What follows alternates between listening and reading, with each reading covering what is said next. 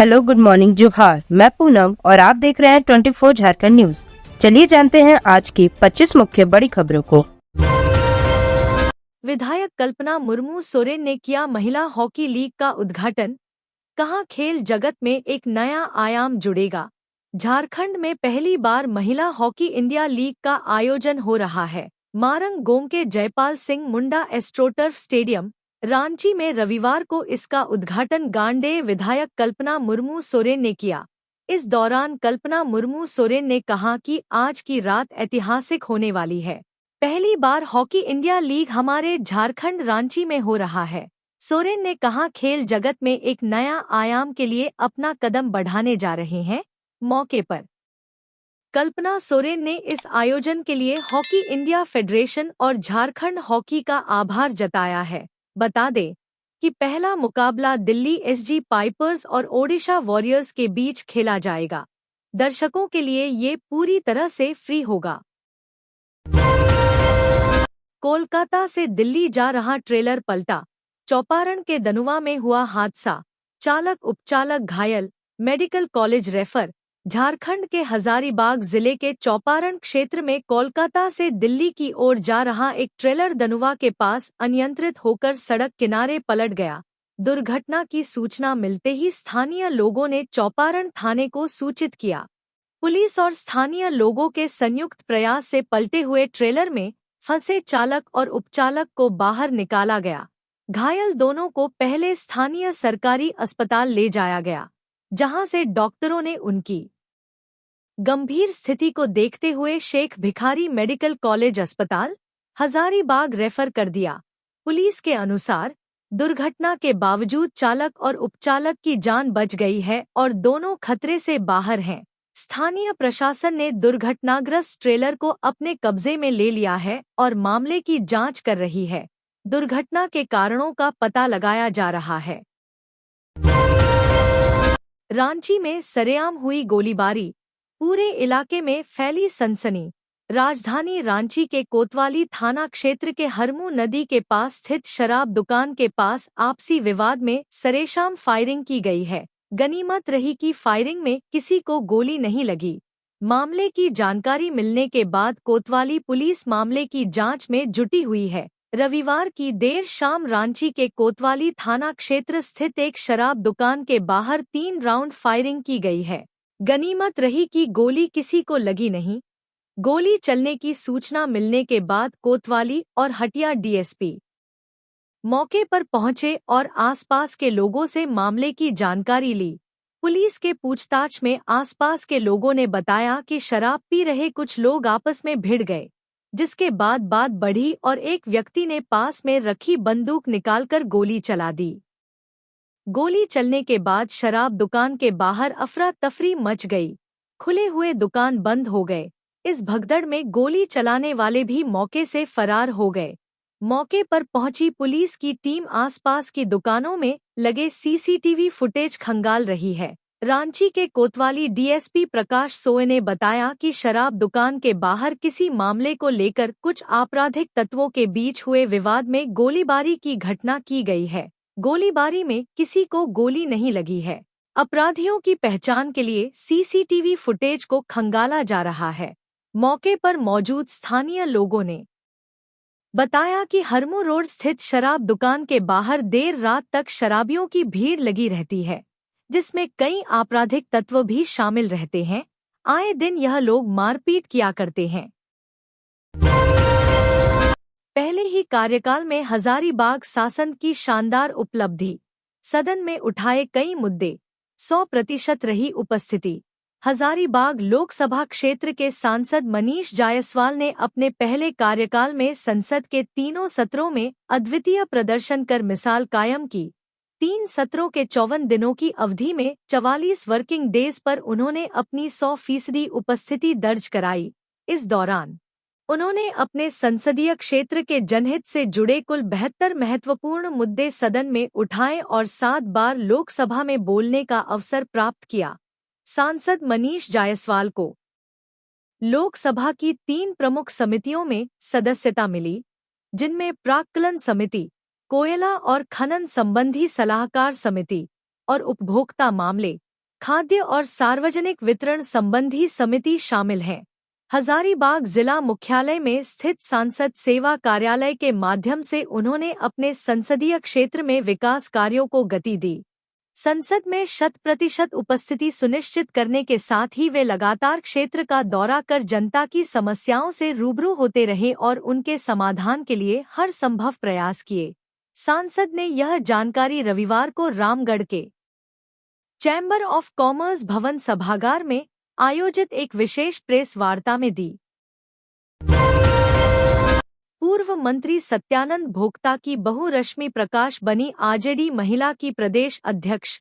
झारखंड प्रदेश राष्ट्रीय जनता दल के अध्यक्ष संजय सिंह यादव ने पार्टी मुख्यालय रांची में चतरा विधानसभा से राजद प्रत्याशी रही रश्मि प्रकाश को प्रदेश महिला अध्यक्ष मनोनीत किया है। इस दौरान राजद महासचिव सह मीडिया प्रभारी कैलाश यादव भी मौजूद थे। मौके पर कैलाश यादव ने बताया कि रश्मि प्रकाश अत्यंत जनप्रिय युवा नेत्री हैं।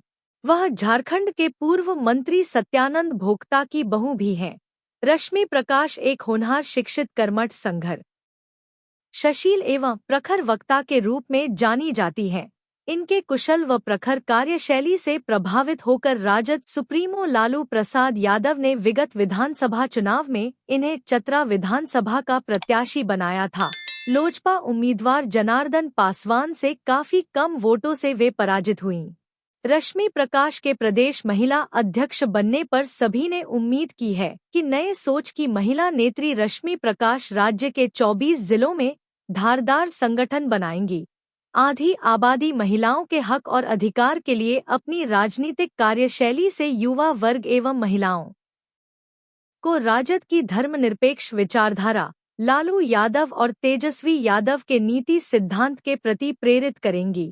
रश्मि प्रकाश के प्रदेश महिला अध्यक्ष नियुक्त होने पर श्रम एवं उद्योग मंत्री संजय प्र यादव, राजद विधायक दल के नेता सुरेश पासवान, विधायक नरेश सिंह, पूर्व मंत्री सत्यानंद भोक्ता, वरिष्ठ नेता पूर्व प्रदेश अध्यक्ष गौतम सागर राणा सहित प्रदेश के समस्त राजद पदाधिकारियों ने बधाई एवं शुभकामनाएं दी हैं। एचएमपीवी के खतरे के बीच तेजी से बढ़ रहे निमोनिया के मरीज, जांच की सुविधा भी नहीं। बढ़ती ठंड व शीतलहर के बीच छोटे बच्चों में निमोनिया और सांस में तकलीफ के मामले सामने आ रहे हैं। अस्पतालों के ओपीडी में सांस की समस्या से जुड़े मरीजों की संख्या भी बढ़ी है, लेकिन अभी तक नए वायरस एचएमपीवी की जांच शुरू नहीं हो पाई है। रिम्स और सदर अस्पताल में न ही सैंपल लिया जा रहा है और न ही जांच हो रही है। निजी जांच लैब में भी अभी तक इस संक्रमण के जांच की व्यवस्था नहीं है। डॉक्टर ऐसे गंभीर मामलों में जांच कराने को इच्छुक हैं, लेकिन जांच नहीं होने की वजह से जांच के लिए अभी नहीं सलाह दे रहे हैं। रिम्स में शुक्रवार को 50 जांच किट पहुंच चुके हैं। निजी लैबों में अभी जांच की तैयारी चल रही है, जो अगले 1-2 दिनों में शुरू करने का दावा किया जा रहा है। रिम्स निदेशक डॉक्टर राजकुमार बताते हैं कि किट पहुंच चुकी है और जो गंभीर मामले सामने आएंगे उन्हीं की अभी जांच कराई जाएगी। इन मामलों में जो क्रोनिकल डिजीज से पीड़ित है और सांस की गंभीर समस्या दिख रही है, साथ ही फेफड़े की समस्या वालों का टेस्ट पहले होगा। बुजुर्ग व बच्चों को गंभीर बीमारी या अन्य स्वास्थ्य समस्या हो तो सैंपल जांच के लिए लिया जा सकता है। डॉक्टर राजकुमार ने बताया कि एचएमपीवी से अधिक खतरा नहीं है। यह पुराना वायरस है और यह गले तक ही रहता है। जिनमें रोग प्रतिरोधक क्षमता कम है उन्हें निमोनिया या फेफड़े का संक्रमण हो सकता है, लेकिन यह कोरोना की तरह घातक नहीं है। नक्सलियों के खिलाफ अभियान में जवानों ने किया 6 तीर आईईडी बरामद, सभी को मौके पर ही किया नष्ट।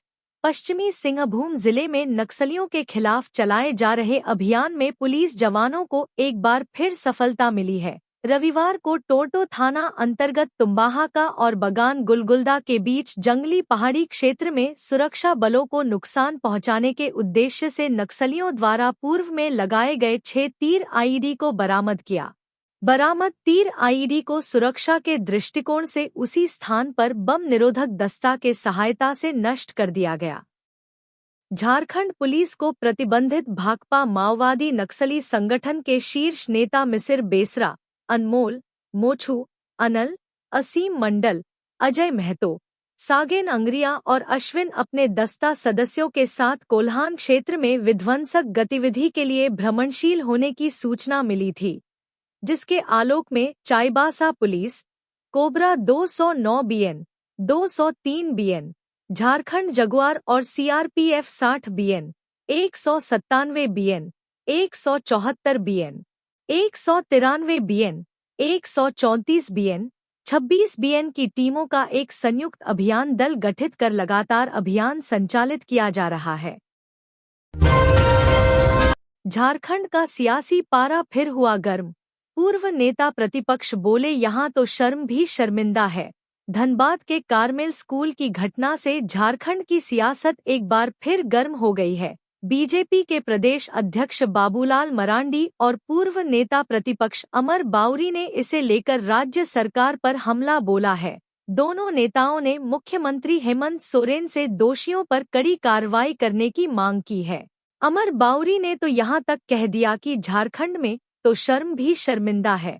वहीं बीजेपी के प्रदेश अध्यक्ष बाबूलाल मरांडी ने आरोपी प्रिंसिपल की गिरफ्तारी न होने पर हैरानी जताई है। बीजेपी के प्रदेश अध्यक्ष बाबूलाल मरांडी ने सोशल मीडिया हैंडल एक्स पर लिखा कि धनबाद के कार्मेल स्कूल में प्रिंसिपल द्वारा छात्राओं के शर्ट उतरवाकर उन्हें इनरवियर में स्कूल से वापस भेजने का मामला संज्ञान में आया है। उन्होंने कहा कि विद्यालय प्रबंधन ने अनुशासन के नाम पर अमानवीयता की हद पार कर दी है। इस कृत्य के कारण सैकड़ों छात्राओं को मानसिक पीड़ा हुई है। हैरानी की बात तो ये है कि छात्राओं के खिलाफ दुर्व्यवहार के आरोपी प्रिंसिपल की गिरफ्तारी नहीं हुई है। उन्होंने मुख्यमंत्री हेमंत सोरेन से मांग की है कि वे जांच के नाम पर लीपापोती करने के बजाय कड़ी कार्रवाई करें।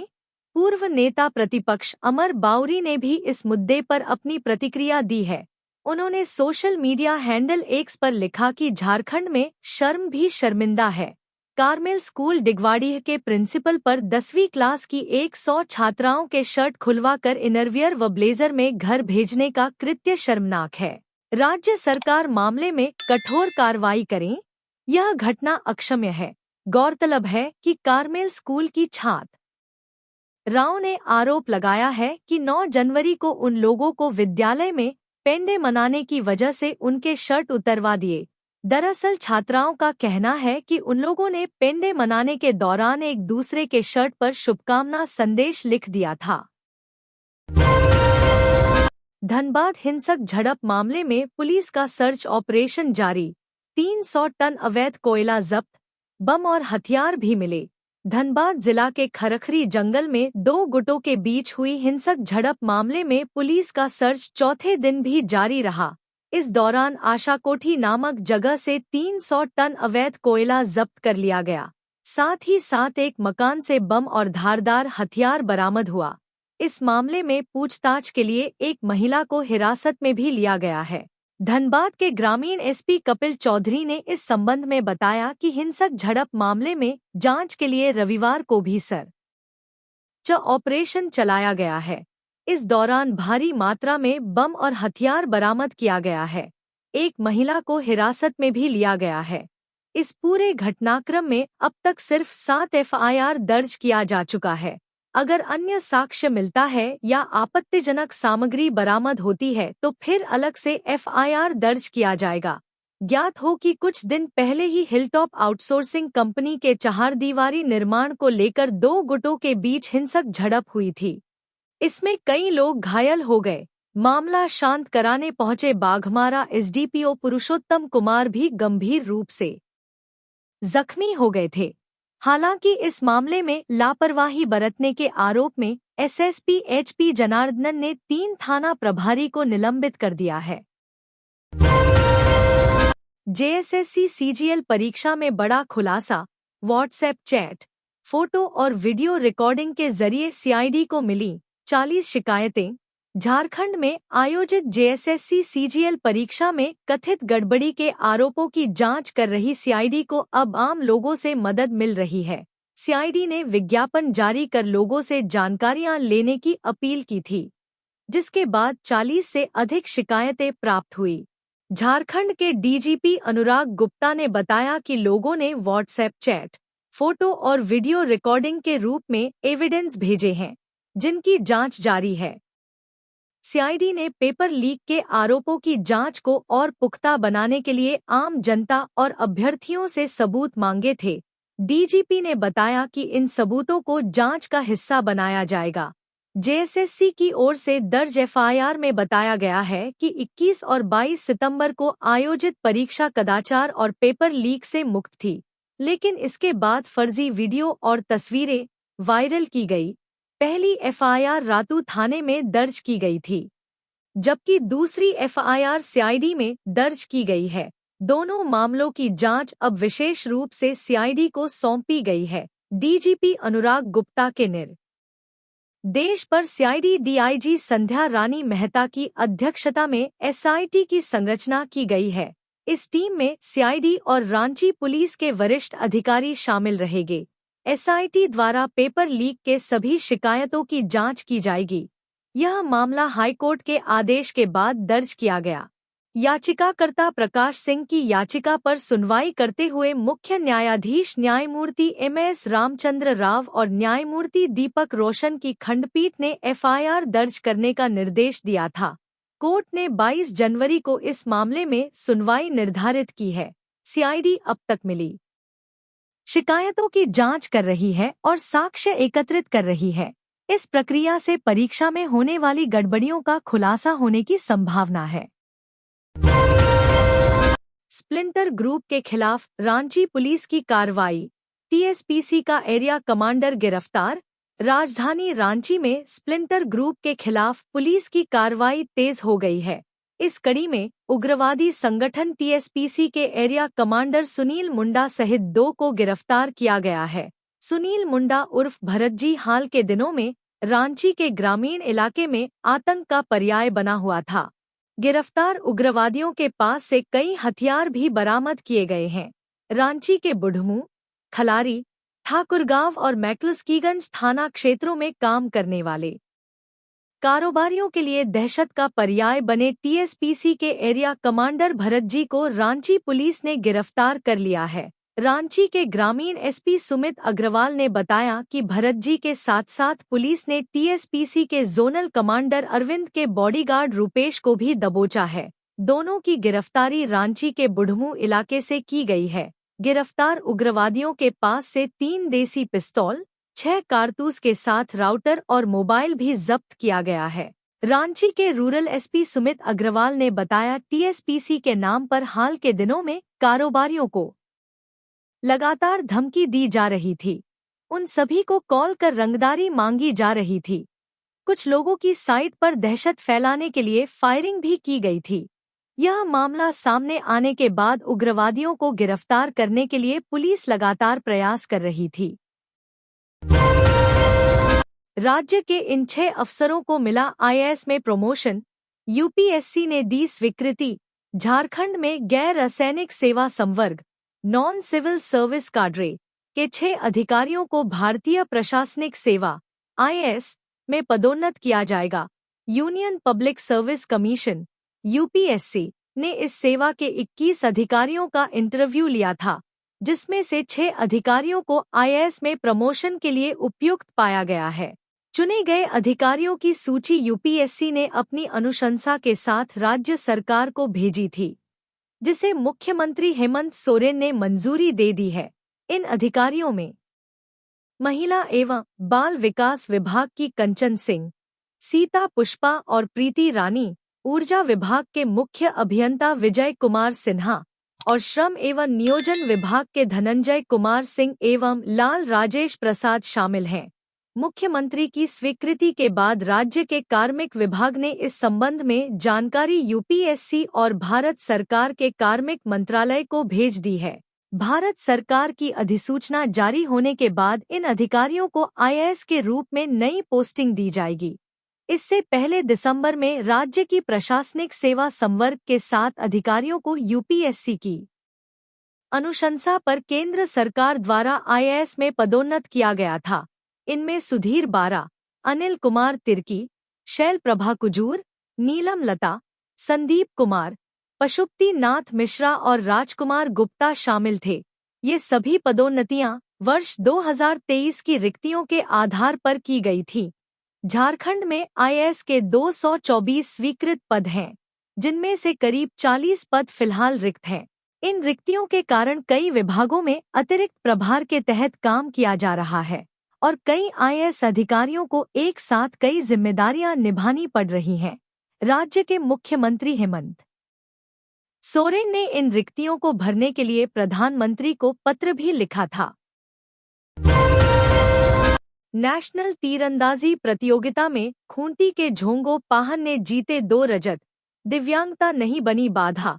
राजस्थान के जयपुर में आयोजित 6वीं पैरा नेशनल तीरंदाजी प्रतियोगिता में झारखंड के खूंटी जिले के झोंगो पाहन ने अपनी शानदार प्रदर्शन से 2 रजत पदक जीते। उन्होंने इंडियन राउंड 50 मीटर व्यक्तिगत स्पर्धा में रजत पदक प्राप्त किया। साथ ही इंडियन राउंड बालक टीम स्पर्धा में भी अपनी टीम के साथ रजत पदक जीता। झोंगो की इस सफलता ने न केवल उसे राष्ट्रीय स्तर पर सम्मान दिलाया, बल्कि झारखंड राज्य और खूंटी जिले को भी गर्व महसूस कराया। इस प्रतियोगिता में भाग लेकर झोंगो ने साबित किया कि मेहनत, समर्पण और दृढ़ संकल्प से किसी भी चुनौती को पार किया जा सकता है। रांची में महिला हॉकी लीग का हुआ आगाज, शानदार आतिशबाजी ने जीता लोगों का दिल। राजधानी रांची के मोरहाबादी मैदान स्थित हॉकी स्टेडियम में रविवार को महिला हॉकी लीग का रंगारंग आगाज हुआ। उद्घाटन समारोह में जबरदस्त आतिशबाजी की गई। मौके पर मौजूद मुख्य अतिथि मुख्यमंत्री हेमंत सोरेन की पत्नी कल्पना सोरेन ने देश विदेश से आए खिलाड़ियों का स्वागत किया। राजधानी रांची के ऐतिहासिक मोरहाबादी मैदान स्थित हॉकी स्टेडियम में हॉकी इंडिया लीग का आगाज हो चुका है। उद्घाटन समारोह के दौरान स्टेडियम में की गई आतिशबाजी ने लोगों का दिल जीत लिया। आतिशबाजी देखकर लोगों ने जमकर तालियां बजाई। उद्घाटन समारोह की मुख्य अतिथि मुख्यमंत्री हेमंत सोरेन की पत्नी कल्पना सोरेन थी। कल्पना सोरेन के मैदान में आते ही हर तरफ उनके नाम का ही शोर होने लगा। कल्पना सोरेन ने दर्शकों को संबोधित करते हुए कहा कि भारत में यह पहली बार हो रहा है जब देश और विदेश के खिलाड़ियों की महिला हॉकी टीम हॉकी लीग में भाग ले रही हैं। यह मौका झारखंड को मिला है और झारखंड की बेटियां हॉकी के लिए जानी जाती हैं। उद्घाटन समारोह को लेकर पूरा हॉकी स्टेडियम दर्शकों से खचाखच भरा हुआ था। उद्घाटन समारोह में लोगों को बेहतरीन आतिशबाजी का मुजाहरा देखने को तो मिल ही साथ झारखंड की सांस्कृतिक विरासत की झलक भी उद्घाटन समारोह में लोगों को देखने को मिली। झारखंड के पारंपरिक नृत्यों का कलाकारों ने जबरदस्त प्रदर्शन किया। हॉकी इंडिया लीग में झारखंड की 6 खिलाड़ी शामिल हैं। सुरमा हॉकी क्लब की ओर से झारखंड की स्टार हॉकी खिलाड़ी सलीमा टेटे और निक्की प्रधान खेलेंगी। दिल्ली की टीम से संगीता कुमारी और दीपिका सोरेंग खेलेंगी। वहीं ब्यूटी डुंगडुंग और विनिमा धान बंगाल टाइगर की तरफ से खेलेंगी। रांची में 22 लाख की ठगी कर मुंबई में बेच रहा था चाउमीन, पुलिस ने दबोचा। राजधानी रांची में 22,50,000 रुपए की ठगी करने वाला फरार होकर मुंबई में चाउमीन बेच रहा था। सूचना मिलने पर आरोपी रविंद्र राणा को रांची पुलिस ने मुंबई से गिरफ्तार कर लिया है। रांची के सुखदेव नगर पुलिस ने मुंबई में छापेमारी कर ठगी के आरोपी रविंद्र राणा को गिरफ्तार कर लिया है। आरोपी को सुखदेव नगर पुलिस ने टेक्निकल सेल की मदद से मुंबई से गिरफ्तार किया है। सुखदेव नगर थाना प्रभारी मनोज कुमार ने बताया कि आरोपी सुखदेव नगर इलाके में HR एंटरप्राइजेज नाम की दुकान चलाता था। रांची पुंदाक के रहने वाले कारोबारी शैलेंद्र कुमार पाठक ने रविंद्र राणा पर 22,50,000 की धोखाधड़ी का आरोप लगाते हुए सुखदेव नगर थाने में FIR दर्ज करवाई थी। टेक्निकल सेल से यह सूचना मिली कि आरोपी मुंबई में पनाह लिए हुए है, जिसके बाद सुखदेव नगर पुलिस की टीम मुंबई गई और आरोपी को धर दबोचा। आरोपी ने शैलेंद्र कुमार पाठक से इलेक्ट्रिकल तार खरीदने के लिए पैसे लिए थे। काफी दिन बीत जाने के बाद जब शैलेंद्र कुमार पाठक ने अपने पैसे वापस मांगे तो आरोपी मोबाइल बंद कर मुंबई फरार हो गया था। आरोपी ने शैलेंद्र कुमार पाठक को एक चेक भी दिया था जो बाउंस हो चुका था। सुखदेव नगर थाना प्रभारी ने बताया कि फरार आरोपी गया और बोकारो में पनाह लिए हुए था। जानकारी मिलने पर उसे पुलिस के द्वारा वहां भी नोटिस भेजा गया, लेकिन वह पुलिस को चकमा देकर फरार हो गया। फिर टेक्निकल सेल से यह जानकारी मिली कि आरोपी रविंद्र राणा मुंबई में छिपकर रह रहा है। जानकारी मिलने पर सुखदेव नगर थाने की एक टीम मुंबई पहुंची तो पाया कि आरोपी रविंद्र राणा मुंबई में बड़े आराम से चाउमीन दुकान चला रहा है। रविंद्र राणा को उसकी दुकान से ही गिरफ्तार कर रांची लाया गया और उसे जेल भेज दिया गया है। देवघर में जल्द बनेगा आधुनिक ब्लड बैंक भवन, जिला प्रशासन ने फ्लोर प्लान किया तैयार। देवघर जिले में स्वास्थ्य व्यवस्था को मजबूत करने के लिए प्रशासन और स्वास्थ्य विभाग लगातार नए प्रयास कर रहे हैं। देवघर जिला प्रशासन के द्वारा जिले के पुराने सदर अस्पताल स्थित ब्लड बैंक का आधुनिकीकरण कर उसके जीर्णोद्धार करने का निर्णय लिया है। इस मौके पर जिला उपायुक्त विशाल सागर के द्वारा देवघर के पुराने सदर अस्पताल स्थित ब्लड बैंक को अपग्रेड करने, साथ ही नए उपकरण मुहैया कराने का निर्देश दिया है।